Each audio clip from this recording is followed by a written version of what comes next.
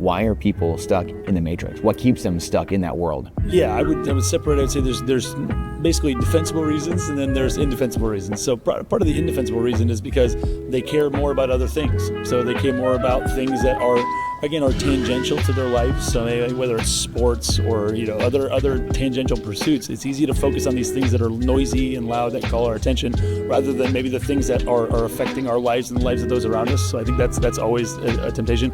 I think there's also a more innocent way in which this happens, which is people are busy caring for their families, they're working jobs, and with as fiat devaluation continues to occur, it gets harder and harder, and people feel that tension more and more, and they don't feel like they have time.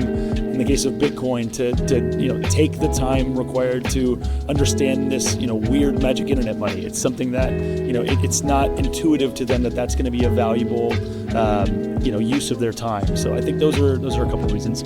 And then lastly, a playable character, someone who can critically think. Yeah. A playable character is someone who is humble enough to recognize what they do and do not know, and have a good way to discern what is or isn't important.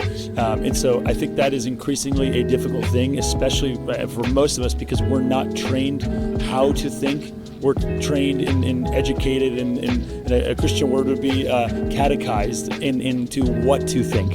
So a lot of us grew up in public school, and so we're taught what to think. You have teachers who have humongous class sizes that are overworked, and they're just trying to keep their head above water, and so they're trying to teach their kids so that they can pass an exam and do all these things. And so I think people who can take a step back and learn how to think, even if they didn't learn that when they were younger, to take the time to learn the difference between just learning what to think and how to think. I think that's a valuable thing. But then also, that's not just an intellectual exercise, it's also an exercise in humility, because some of the smartest people are some of the most arrogant people, and who get stuck and trapped in ways of thinking because they can't consider that the way that they view the world isn't absolutely correct.